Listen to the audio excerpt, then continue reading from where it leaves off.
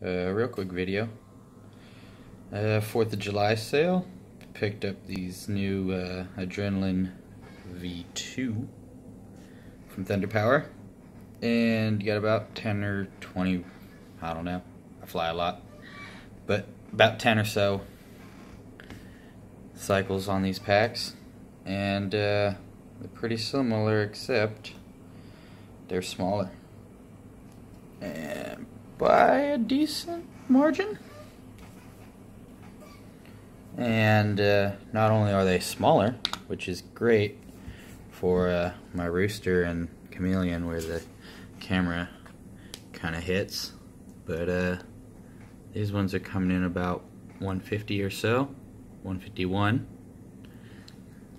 and the V1